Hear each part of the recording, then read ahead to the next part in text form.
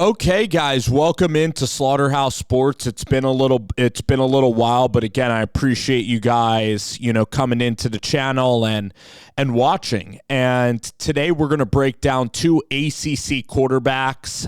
Probably going to make like 7 or 8 minute videos on these players.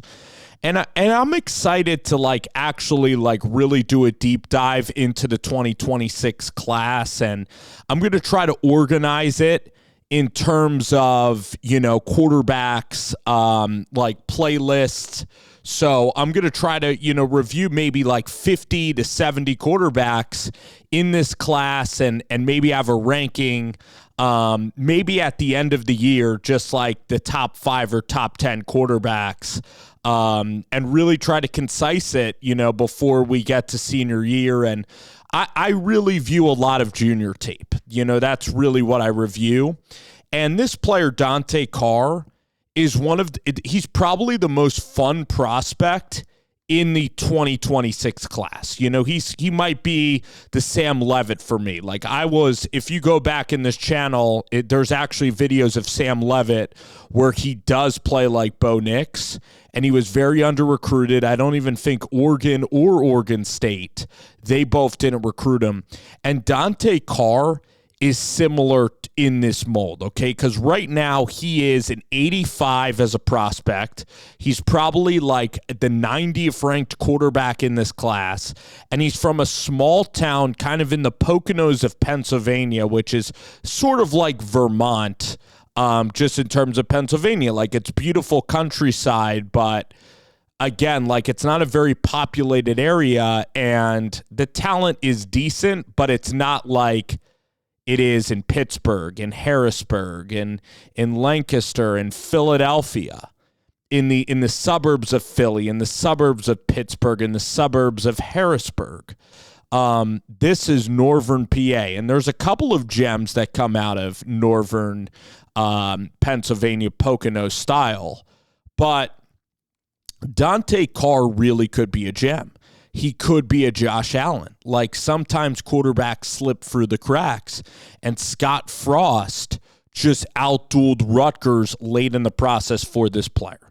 And this throw right here, guys, is a throw that I think is special. I think that this 7 seconds of tape is all I would need to see if I'm an ACC program, especially.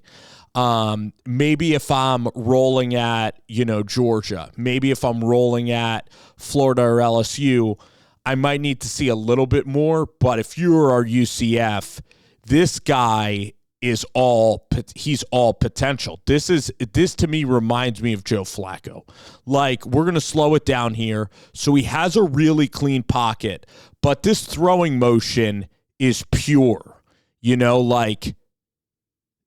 I think that right here, this throwing motion is quick. This throwing motion can be repeatable. It looks like he has big enough hands to really palm the football, to really control it, which is really what I value. And that's a smooth throwing motion. He doesn't overstride. And this ball, guys, he's releasing it from the 35-yard line. And if you even look right here at this safety, he's like, no way Dante Carr is really going to throw this. It's like you're a center fielder, and you're like, there's no way that this ball is going to go over my head or over the fence. It's like you're playing Little League, and there's no way. And yet it does.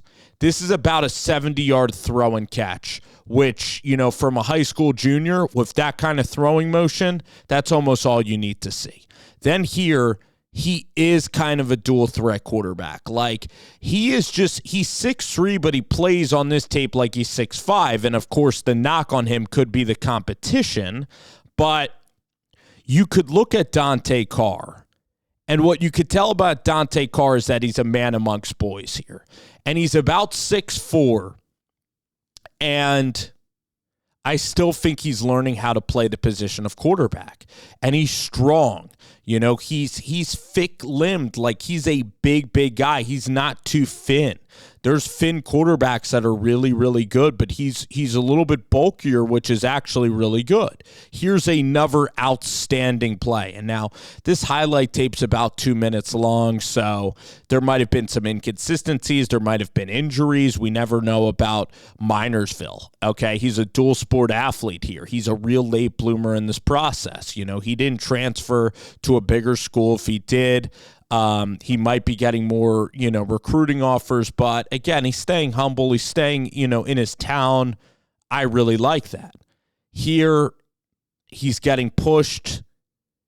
He doesn't show a lot of fear. He spins out of it. Again, like, it's not like he's crow hopping a bit into the throw. Like, I think the protection's pretty good, but he's kind of rolling left, and then he's throwing here, and this throw is freaking like a 60-yard rope. And that throw it's not even hanging up there in the air. When you throw it that distance, you just know that you got arm strength that is in the 100th percentile. So Dante Carr, he has the strongest arm, I would say, in this class. Just from these two videos alone, I mean, Ryder Lyons is a 5-star quarterback out of Folsom, who's probably one of the highest-ranked quarterbacks. The guy, I'll tell you, the guy going to Georgia has a great arm, okay? From Nashville, Tennessee, Jared Curtis. But this player is not... He is totally on this level of arm strength. And then look at him right here. Look at the hop. Look at the natural throwing motion, the athletic ability. Steve Cooper and Scott Frost, they are taking a chance here. Like, he's a mold of clay that you can mold into something like really. He's a ball of clay. That's the term. He's a ball of clay that you can mold into an unbelievable football player. Like, I think, like, right here, like, he kind of plays a little like Matt Jones, who played from Arkansas, especially right here, like 6'4", can really run it. Matt Jones had a good arm. I mean, it's an exciting quarterback prospect, and I think he's going to get some time to sit, to learn at UCF.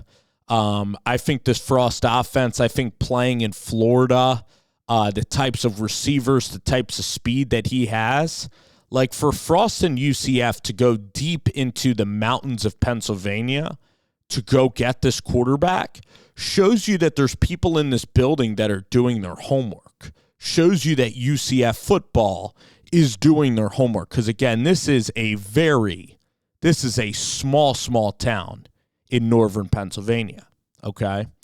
And that is also why Dante Carr is, I think, where he is. But I think that people are going to wake up to Dante Carr. I believe when he goes to the Elite 11 circuit, Chad Henne, who is, I think he might have played in Reading, PA. Like, Chad Henne is like a Wilson or Reading guy, along with Kerry Collins. These quarterback, Chad Henne is, coaching him and raves about Dante Carr. So, again, he's talented. We can point to, in fairness, a couple of question marks being competition. Again, we don't know about, like, there's quarterbacks that are further along in terms of footwork, in terms of route concepts. But in terms of upside, in terms of, like, potential, in terms of a ceiling, that right now he's at a certain point, but the ceiling of this player, like the room to grow, is amongst the highest. And you want to take a chance on that in your quarterback room. So, and UCF, like, I think he's the type of guy, Dante Carr. Like, I've seen him interviewed a couple of times, but I really hope, like, say Dante Carr, say best case scenario, like UCF finds a gem of a player. I really hope then he doesn't go to, like, Georgia or Florida. I hope he stays at Central Florida then and plays in the ACC and plays with Scott, or plays in the Big 12, excuse me. So, all righty, guys. Let me know what y'all think about Dante Carr. Like, do you see this type of unbelievable potential that I see? I think this could be a quarterback that we might be early on, guys, and that could be really, really cool to see. All righty, guys. Thank you.